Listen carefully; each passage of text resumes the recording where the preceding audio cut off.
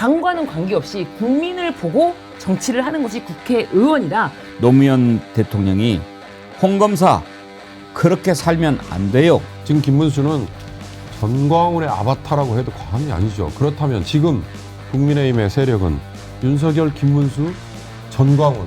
윤석열, 김건희 완전히 과대망상이에요. 자기가 극우 수령으로서 내가 다 힘을 합치하기 때문에 남아있는 것이 선거를 돕는 길이긴 한데 그게 아마도 민주당의 이재명 후보의 선거를 돕는 길이 아닐까. A 발언놈이 말끝마다 경로하고 욕하고 이 새끼 저 새끼 합니까? 정의관념? 이제 오늘 나온 여론조사 한번 볼까요? 이제 2주 전부터 2주가 되면은 여론조사 공개를 못 하니까 그 전에 기회가 되는 대로 뭐 쓸데없는 여론조사는 안 보고 MBS는 여러 군데가 참여하죠. 전국 지표조사니까요. 엠브레인 퍼블릭, K스탯 리서치, 코리아 리서치, 한국 리서치가 지난 12일부터 14일까지 만 18세 이상 남녀 1000명을 대상으로 진행한 전국 지표조사 결과를 한번 보겠습니다. 내일이 대통령 선거일이라면 다음 중 누구에게 투표하시겠습니까? 이렇게 했는데요. 이재명 후보 49, 김문수 27, 이준석 7 이렇게 나왔고요. 무응답이 아직은 16%입니다.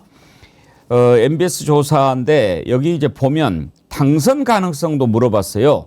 지지 여부와 상관없이 누가 당선될 것 같습니까? 그렇게 물어봤는데 여기에서는 이재명 후보가 압도적으로 68, 김문수 19, 이준석은 1% 이렇게 나왔어요.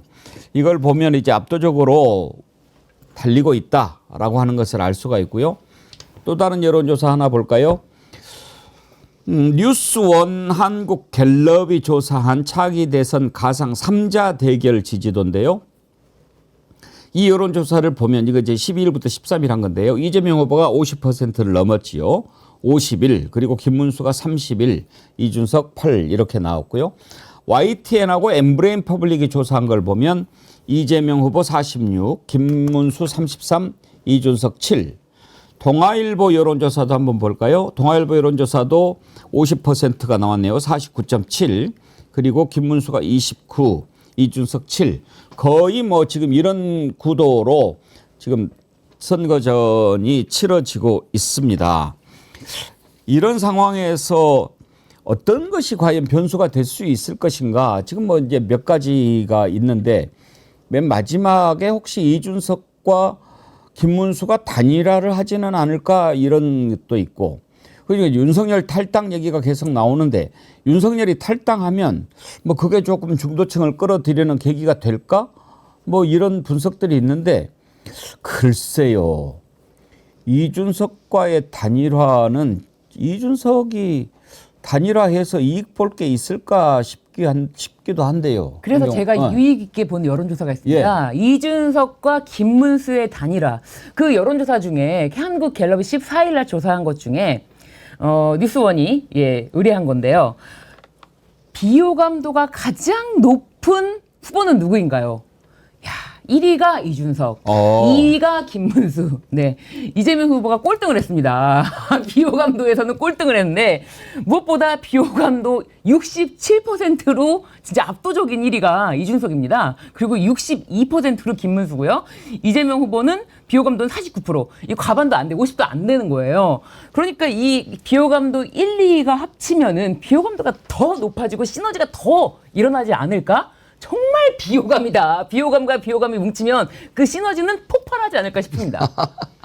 그러니까 1 플러스 1은 2가 돼야 되는데 이분들이 1 곱하기 1이었고 1이었는데. 네, 비호감도는 근데 상승. 김문수, 이준석, 저는 이준석이 응할 절대 없다고 보고요.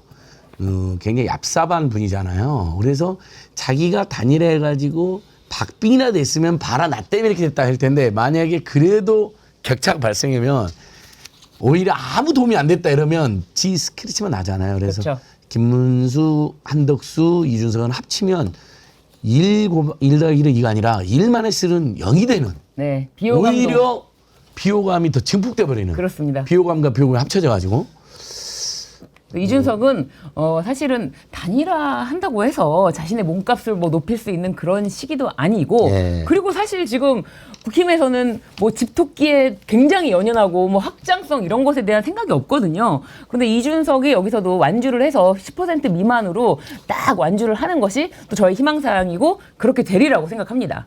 아니 그리고 뭐 윤석열이 탈당하면 뭐 좀 올라갈 거라고 기대를 하는 모양인데 지금 와서 탈당한들 그게 뭐 아니 윤석열 탈당이라고 하는 것은 결국은 내란 세력과 선을 끊겠다 뭐 이런 선언이 돼야 될 거 아닙니까? 아 그런데 지금 하는 것 보면은 석동현이를 무슨 뭐 시민사회 통합위원장으로 선대위 위원장에 임명을 하지를 않나 뭐 이렇게 하면서 뭐 윤석열하고 어떻게 손을 끊겠다는 거예요? 김문수라는 후보가 어떻게 해서 지금 이 자리에 오게 됐는가요? 결정적인 모멘텀 영어로 그 뭡니까? 국회에서 네. 국무위원들 일어나서 전부 계엄에 대해서 사과 인사할 때 김문수 혼자 앉아 있었다. 그래서 태극기 부대가 갑자기 저 김문수가 우리의 대안이네. 이제 이렇게 얘기하잖아요. 근데 따지고 보면 김문수는 그 전에 이미 정광훈에게 가서 고개 숙이고 정말 뭐 그냥 조아렸죠. 그리고 그 이후에 어떤 일이 벌어졌어요. 지난 총선 때 정광훈 세력들이 국민의힘에 뭐 대거 입당을 했니 어쩌니 뭐 이런 얘기. 그래서 여론조사 할 때마다 그들이 굉장한 뭐 영향력을 행사하는 것처럼 그렇게 됐잖아요. 그러니까 지금 김문수는 전광훈의 아바타라고 해도 과언이 아니죠. 그렇다면 지금 국민의힘의 세력은 윤석열, 김문수, 전광훈 이 3자 간의 연합 이거밖에 안 되지 않느냐. 이걸 중도 성향을 가진 분들은 이미 판단을 하고 있고 그리고 이 여론조사에 그런 것들이 반영되는 거 아닌가. 근데 지금 보면은 일단 국민의힘은 정돈이 안 돼 있어요. 오죽애 같으면 조선일보마저도 사설에다가 윤석열 제발 좀 탈당 좀 해라 이렇게 쓰겠습니까? 근데 윤석열이 탈당을 어제 뭐 서종욱 변호사는 윤석열하고 좀 통하잖아요. 그래서 탈당해가지고 판을 흔들 것이다 그렇게 했는데 어제 조용히 지나가요. 오늘은 또 도저히 안 되겠으니까 윤석열 아바타 한덕수 대변인을 했던 이정현 전 의원도 나와가지고 윤석열 탈당하자 빨리 막 오늘 중에 해라 이렇게 하는데 윤석열이가 그리고 김문수는 어떻게 할 거냐? 뭐 본인이 알아서 해야죠 뭐 이러는데 탈당을 한들 뭐가 달라지겠습니까마는 탈당하면 윤석열이 기댈 데도 없지 않아요? 내 생각에는 아주 막 딱 들러붙어 있을 것 같은데요. 아니 석동현이를 저 시민사회 무슨 특별위원장 임명한 게 윤석열이 김문수에게 전화해서 뭐 화를 냈다 이런 보도가 있었잖아요. 네. 그에 대한 제스처다 이럴 정도로 얘기가 나오는데 윤석열이 뭐 탈당? 제가 보기에는 뭐 가능성 별로 안 높아 보이고요. 심지어 전환길 강사 지금은 뭐 이제 자기가 뭐 강단에서 은퇴했다라고 하는데 전환길 씨가 자신이 직접 윤석열과 소통을 해봤더니 윤석열은 오히려 자신이 당에 남아 있는 것이 선거를 위한 길이다. 라고 했다는 거예요. 그래서 당에 남아있는 것이 선거를 돕는 길이긴 한데 그게 아마도 민주당의 이재명 후보의 선거를 돕는 길이 아닐까. 왜냐하면 조희대 그런 사법 쿠데타로 민주당 당원이 증폭하지 않았습니까? 그런데 이번에는 윤석열이 선거를 돕기 위해 또 김건희가 그러지 않았습니까? 내가 출석하지 못하는 이유는 대선에 영향을 미칠까 봐. 김문수 후보한테 예. 그 문제가 될까봐 와 알뜰히 챙기대요. 일단 제가 봤을 때는 이거는 전부 다 이재명 후보의 선거를 돕는 길이 아닌가라고 생각이 듭니다. 근데 대선에 영향 맞잖아요. 영향 맞죠. 김건희가 만약에 출석을 하면 국민의힘 얼마나 좋겠어요. 그렇죠. 근데 이제 그 털고 정상적인 간다. 판단을 못 하잖아. 못하는 게 아니라 이제 아무래도 자신들도 판세를 읽었는지 이재명 후보를 돕는 길에 발벗고 나서는 게 아닐까. 그러니까 오히려 윤석열이 탈당을 하고 김건희가 출석을 해서 수사를 받는 최소한의 공정이 통하면 김문수 후보에게 부담이 덜할 텐데 정반대로 정반대죠. 김문수 후보한테 민폐가 된다. 알뜰하게. 야, 그러니까 지금 윤석열, 김건희 완전히 과대망상이에요. 자기가 극우 수령으로서 내가 다 힘을 합치기 때문에 자기도 남아 있어야 돼요. 자기가 탈당하면 자기를 지지하는 무리들이 다 탈당함으로써 국민이 망하는 거야. 지켜야 돼. 저는 좀 주목하는 게 이재명 후보의 득표율이 역대 최고 후보가 나올 것도 기대하지만 국민의힘 후보가 역대 최저가 나올 것도 저는 주목합니다. 아마 처참하게 나올 거예요. 예. 아무리 TK 뭐 그렇다 하더라도 여론조사를 살펴봤고 되는 집 안 되는 집인데 이게 상징적인 거 두 가지만 한번 짚어보도록 하지요. 오늘 지난번에 국민의힘을 탈당한 김사국 의원이 아직 민주당에 입당은 안 했죠. 근데 이재명 후보 지지를 선언했습니다. 이게 참 윤여준 장관을 비롯해서 이석연 전 법제처장까지 다 이렇게 함치는 것을 보면서 빨간색이면 어떠냐 파란색이면 어떠냐 지금 실용주의를 강조하는 이재명 후보한테 힘을 실어주고 있지 않습니까? 그런데 국민의힘 의원이었던 김상욱 의원이 와서 이번에는 이재명 후보다라고 했던 건 상당히 의미가 있어 보이고 또 한 가지 짚어볼 것은 이제 상징적인 건데요. 홍준표 전 대구시장의 움직임입니다. 홍준표 시장이 정말 이 당에 진절머리 난다. 다시는 돌아보지 않겠다. 이렇게 하고 나간 뒤로 그러면 거기에다 대고 너무 그러지 마세요. 우리가 잘못했습니다. 뭐 이렇게 해야 되는데 인성이 글러먹었느니 뭐 타고난 인성은 어쩔 수 없는 이런 악담을 퍼붓는 곳이 지금 그 당입니다. 이건요. 정당을 떠나서 인간적인 기본마저도 안 갖춰져 있는 거거든요. 뭐부터 볼까요? 김상욱 의원의 그 지지선언부터 한번 볼까요? 예. 21대 대통령 후보 지지선언을 하기 위해 이 자리에 섰습니다. 오늘 저의 지지선언은 정당 가입 등 제 거취와는 별개의 것입니다. 저는 이재명 후보만이 진영 논리를 넘어 국가 통합의 아젠다를 제시하고 있고 또 직면한 국가 과제를 해결할 의지와 능력을 갖추었다고 판단하기에 이재명 후보를 21대 대통령의 적임자로 공개 지지합니다. 네. 신유진 변호사님. 네. 들으신 소감. 진짜 이 김상욱 의원이 이 계엄 이후로 계속 이제 우리가 주목하게 된 의원입니다. 사실 나갔다가 다 함께 국힘 퇴장했다가 돌아왔을 때 그때 정말 뜨거운 박수를 받았는데 뭐지? 그렇지만 돌아는 왔는데 이게 우리가 기대했던 그건 아니었네라고 했지만 그럼에도 불구하고 한 번 이렇게 주목을 받고 국회의원의 행보에 온 국민들이 관심을 가져주시는구나. 이거를 아마 실감했을 거예요. 절감했을 거예요. 그리고 나서 자신이 옳은 길을 가면 국민은 칭찬을 준다. 당과는 관계없이 국민을 보고 정치를 하는 것이 국회의원이다. 라는 길, 옳은 길을 가시는 것에 대해서 끊임없이 응원하고 박수를 보냈는데 본인의 거취와 상관없이 이재명 후보만이 대한민국을 제대로 세울 수 있는 후보라고 말하면서 공개 지지하는 저 장면이 아마 이 김상욱 의원에 대해서 주목해야 되는 그 마지막 하이라이트가 될 것이다. 그리고 앞으로도 저분의 인생은 계속 옳은 길로 가는 것이 그려집니다. 네. 굉장히 젊은 의원입니다. 거의 80년생이다. 예, 그러니까 40대 초반인가요? 그러면 40대 네. 중반인가요? 중반 넘습니다. 예, 그리고 이준석 쪽으로도 갈까 고민도 중간에 잠깐 하긴 했었던 것 같아요. 이준석도 만나고 이재명 만나고 싶다. 근데 최종적으로 갈라치기 하고 이번에 10대 공약 때 내는 거 보면 비전이 없는 이준석보다는 그래도 국민 통합과 경제 민생 살리기로 하는 우리가 미래로 나가야 할 비전.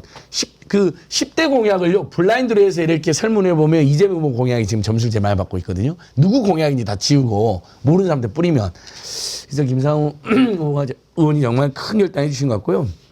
울산에서 그러면 이제 진보당의 윤종호 의원하고 민주당 김태선 의원까지 울산에 이제 민주 중도 개혁 블록이 3분이 되는 겁니다. 그럼 울산에 또 바뀌는 거고요. 그렇게 PK가 또 바뀌고 그러면 정말 국민 통합의 새 시대로 갈 수 있는 중요한 계기가 됐다고 봅니다. 그리고 2030, 40 젊은 세대들에게도 김상훈 인지도가 상당히 높은데 아주 긍정적 영향을 끼칠 것 같고요. 진짜 너무너무 잘 결정하셨다. 꼭 민주당 입당 안 해도 좋은데 이번 대선 같이 하고 정말 그리고 이야기하고 싶어요. 저분이 이재명을 처음부터 지지하려고 했던 게 아니에요. 아니 비상계엄이 잘못됐단 말 한마디 하니까 국민의힘에서요. 단톡방에서 보셨죠. 너 이놈 뭐 거의 멱살잡이식으로 오노프라나에서 나가라. 온갖 모욕과 압박을 엄청 당했습니다. 극우 지지자들도 마찬가지고요. 심지어 권성동이 한번 찾아보세요. 권성동, 김상호에 대해서 계속 이러면 우리 당에서 같이 못 데리고 간다. 차라리 나가야지 이런 말까지. 홍준표 최근 홍준표를 막 따돌리는 거 못지않게 김상호는 그런 짓을 했습니다. 그러니까 김상호는 결국은 탈당할 수밖에 없었고 그 조건에서는 어떻게 김문수를 지지합니까? 비상계엄을 비유하고 돌아다니는데. 그는 너무 잘했다. 너무 기쁩니다. 예. 네. 저는요, 그 김상욱 의원 그동안 이렇게 쭉 하는 행동을 봐가지고, 아, 내가 이 당에 더 있으면 안 되겠다라고 마음을 먹었던 결정적인 계기가 뭐였을까. 물론 이제 내란을 일으키고 그거를 옹호하고 그런 모습에 대한 실망이 컸겠지만, 내가 그냥 개인적으로 봤을 때 가장 실망스러웠던 순간은 윤상현이가 야, 1년만 지나면 다 잊어먹어. 그 말이 가장 결정적 아니었을까 그런 생각 들던데요. 어떻게 그런 말을 합니까? 그러니까 윤상현 본인의 무덤을 판 얘기고 그게 윤상현이라는 정치인의 바닥을 보여준 거 아닌가. 그리고 윤상현은 그 얘기 이후에 더 내놓고 윤석열에게 김건희에게 가서 머리를 조아리는 걸로 본인의 정치 행로를 더 끌고 갔죠. 좀 그런 점에서 그건 윤상현 때문에 김상욱이라는 정치인이 더 돋보인 결과로 이어졌는데요. 그걸 아마 윤상현은 모를 거예요.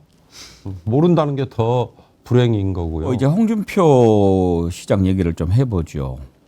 홍준표 시장이 정말 이 당 너무 실망했다 그렇게 했는데 왜 그 실망했겠습니까? 홍준표가 안 돼서만 실망했겠습니까? 그 뒤로 김문수가 됐는데 거기에다 대고 한덕수로 바꾸려고 그 지랄을 했지 않습니까? 그랬는데 그게 이제 결국은 안 됐을 때 그걸 보면서 야, 이 당은 정말 희망이 없구나 그런 생각하지 않았겠습니까? 그래서 탈당하고 떠났는데 거기에다 대고 권영세 이자가 인성 이야기를 해요. 인성은 어쩔 수 없나 보다. 이 당에서 2번의 대권 도전, 2번의 광역단체장 당선, 수차례 국회의원 당선 한 분이 이제 와서 이러면 안 되지요. 타고난 인성은 어쩔 수 없나 봅니다. 거기다 인성 얘기를 해요. 근데 권영세 이자가요. 인성 이야기를 자주 해요. 언제 또 했는지 혹시 아십니까?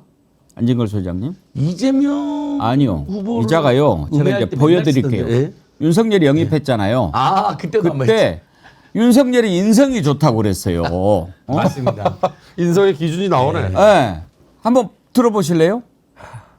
특히 인성면에 있어서는 이 아주 훌륭한 후보입니다. 뭐 이재명 후보와 뭐 이렇게 좀 뭐 쌍욕이랄까 무슨 뭐 법카 무슨 뭐 이런 거 쭉 나오듯이 굉장히 그 예의도 바르고 뭐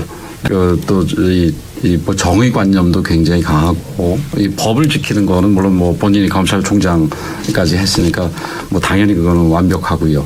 그래서 그런 면에서 제가 자신 있게 여러분들한테 이 후보는 진짜 믿을만하다. 대통령 되기 전하고 된 후에 많이 바뀐다고들 얘기를 하잖아요. 근데 그 뒤에도 전혀 변화가 없을 그야말로 인테그리티라고 할까요? 일관성, 진정성 이런 면에 있어서는 제가 아주 제 명예를 걸고 보증할 수 있는 그런 후보입니다. 네, 난리를 떨고 있는 거죠. 야. 자, 보십시오. 그러니까 제가 누군가를 소개하면서 윤경호 소장한테 이 사람은 내가 정말 보증하는 사람이니까 한번 만나보세요. 라고 했을 때 그 친구를 보고 그 사람을 판단하는 거 아니에요. 근데 자기가 자신 있게 보증한다고 그랬으니까 보증인이 연대보증 책임져야지요. 그런데 보십시오. 제가 좀 적어봤어요. 예의도 바르고 예의 바른 놈이 기차에다 구둣발 올립니까? 에? 예의 바른 놈이 말끝마다 경로하고 욕하고 이 새끼 저 새끼 합니까? 정의관념? 법 지키는 것은 완벽하대. 그것도 인성이 훌륭하다는데 도대체 저자의 인성은 뭘까요? 그러니까 권영세 인성 기준이 이제 저기에 담겨 있는 건데 전 뭐 본인한테 직격 하는 얘기 하기 싫어서 박지원 의원이 최근에 한 얘기 뱀장어 대가리에 참기름 바른 전 그 생각이 자꾸 떠올라서 이거 참 어떡하죠? 윤석열이가 검찰 할 때도 포악하기 그지없다는 소문은 자자했습니다. 그 댓글 사건 수사해서 좀 주목받을 그때도요.